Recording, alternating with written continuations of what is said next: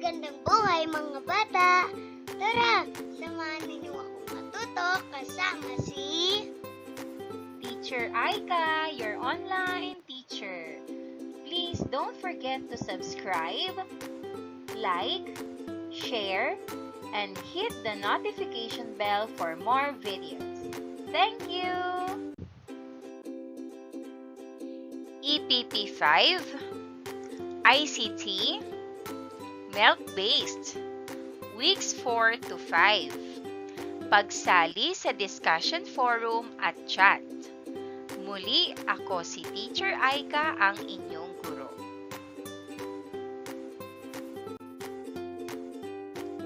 Nasa panahon na tayo ngayon na madali na ang makipag-ugnayan sa ibang tao, malayo man o malapit sa atin. Malaking tulong ang Information and Communication Technology or ICT sa pagpapagaan at pagpapadali nito sa pakikipagpalitan ng impormasyon, pagpapadala ng mensahe at simpleng pakikipag-usap.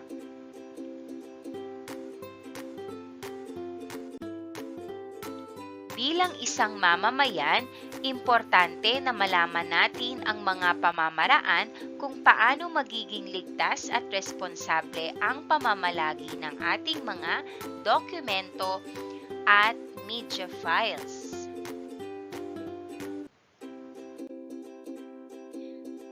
Taglay mo ba ang mga sumusunod na kaalaman o kasanayan? Lagyan ng check ang thumbs up icon kung taglay mo na ito o thumbs up icon naman kung hindi pa. Narito ang mga kaalaman o kasanayan. Una, nalalaman ang mga website na nagbibigay ng serbisyo tulad ng discussion forum at chat. Ikalawa, nailalarawan ang mga kakayahan ng computer upang matukoy ang mga mensahe. Pangatlo, makikita ang iba't ibang kapakinabangan ng mga website katulad ng Yahoo at Facebook. Ikaapat, natutukoy ang ligtas at responsableng pamamaraan sa pagsali sa discussion forum. Bago tayo magsimula, ano nga ba ang instant messaging at discussion forum? Ang instant messaging ay isang uri ng komunikasyon kung saan maaari kang magpadala ng mensahe gamit ang computer o smartphone basta't may internet. Sa pamamagitan nito ay maaaring makipag-usap ang dalawa o higit pang tao sa pamamagitan ng audio, video o simpleng pag-type ng mensahe. Kaagad itong matatanggap ng kausap at kaagad ding makapagbibigay ng kasagutan. Isang halimbawa nito ay ang Messenger.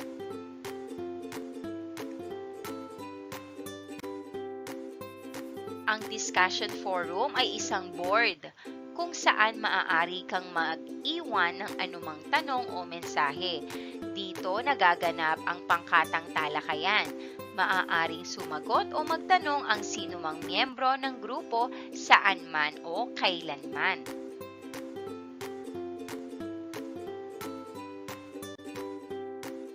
Nakatutulong ito sa mga taong naghahanap ng kasagutan sa mga bagay-bagay. Ang moderator ay may kakayahang salain ang mga impormasyong pumapasok sa forum. Maaari niya itong tanggalin o burahin kung lumalabag ito sa patakaran ng forum.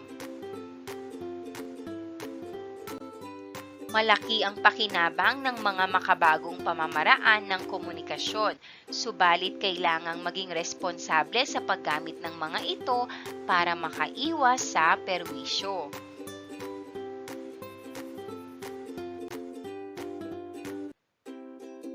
Mga panuntunan sa pagsali sa discussion forum o chat. Una, maging magalang sa pagtanong o pagsagot sa discussion forum. Siguraduhing hindi ito mapanira sa ibang miyembro ng grupo. Sabi nga nila, respect is free.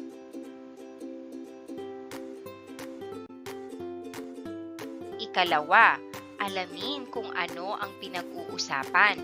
Huwag basta sasagot kung hindi ito alam. Maaaring magkaroon ng hindi pagkakaunawaan dahil dito. Make reading a habit. Bago tayo magkomento ng kung ano-ano. Ikatlo, siguraduhin ang bawat sasabihin. Alamin ang patakaran ng grupo. Kailangan alam ang rules and regulations ng grupo na yon para hindi or makaiwas tayo sa anumang gulo o hindi pagkakaunawaan. Iwasang mag-post ng mga dokumento kung hindi ikaw ang nagmamay-ari. Kung hindi maiiwasan, lagyan ito ng kredito ng nagmamay-ari nito.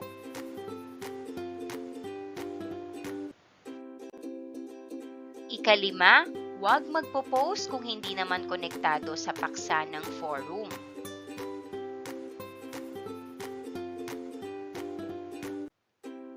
Ika-anim, iwasang makipagtalo. Hindi ito makatutulong sa bawat miyembro ng grupo.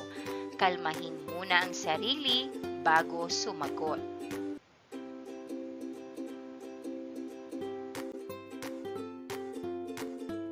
Huwag kalimutang magpasalamat pagkatapos makuha ang sagot sa iyong katanungan.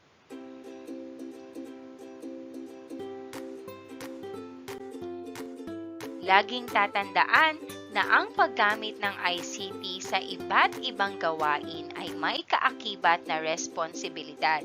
Dapat alam mo ang mga dapat at di dapat gawin sa paggamit nito, pati ang epekto nito sa pang-araw-araw mong gawain.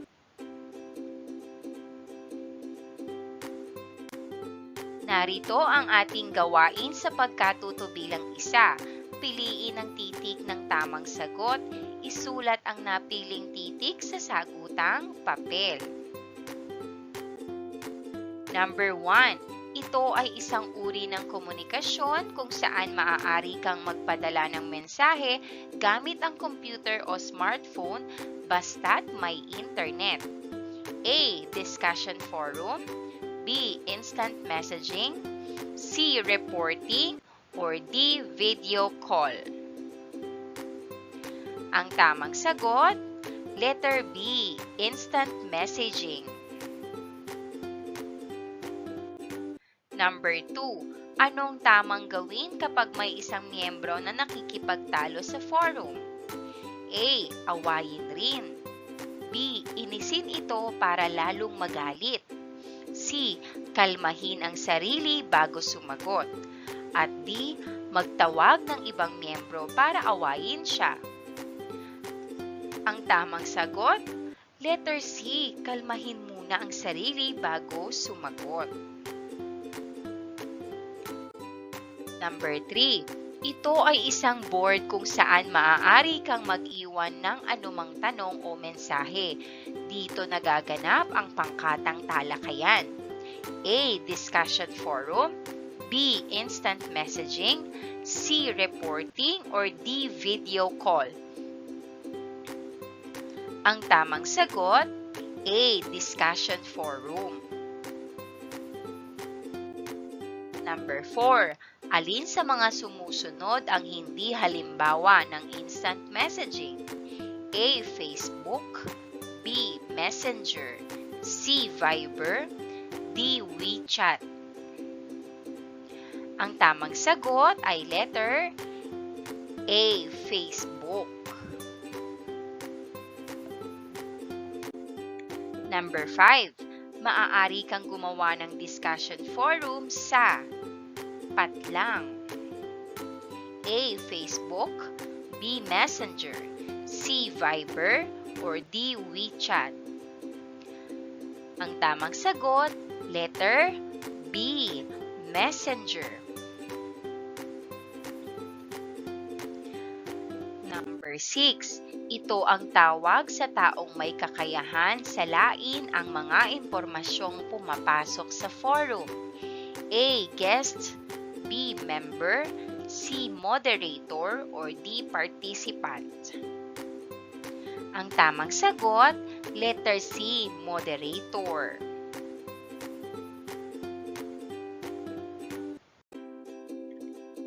Number 7, ito ang mga paraan upang makausap ang isang tao sa instant messaging maliban sa isa.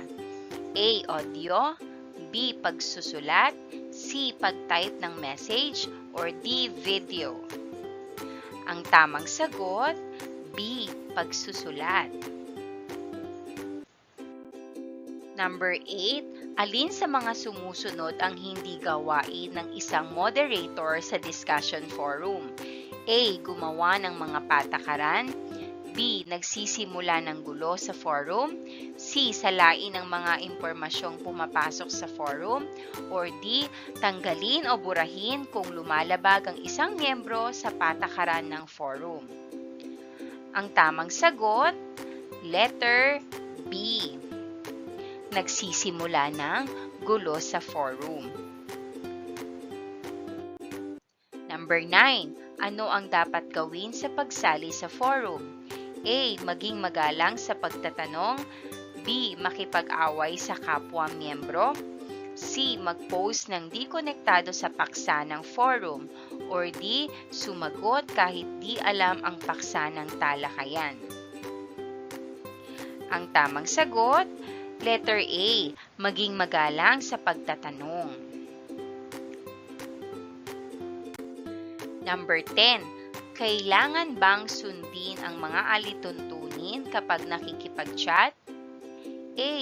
Oo, para magkaroon ng kaayusan sa chat at forum. B. Hindi, dahil hindi naman ito nasusunod. C. Hindi, ako sigurado. Or D. Wala sa nabanggit. Ang tamang sagot, letter A. Oo, para magkaroon ng kaayusan sa chat at forum.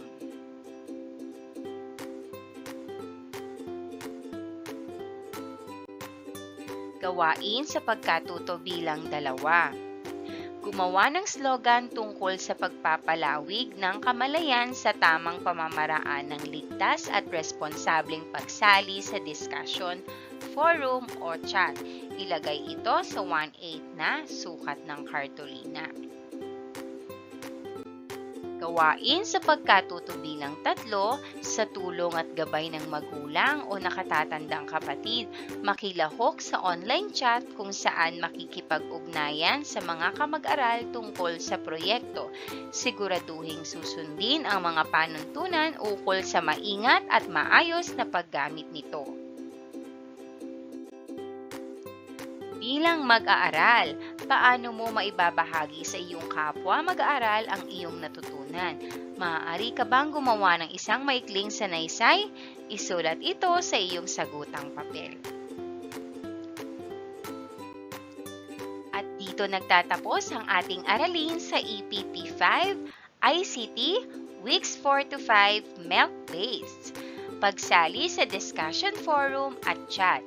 Binabati ko kayo dahil sa napakahusay niyong pagsagot sa mga tanong. Muli, ako si Teacher Aika, ang inyong guro. Hanggang sa muli nating pagkikita, paalam!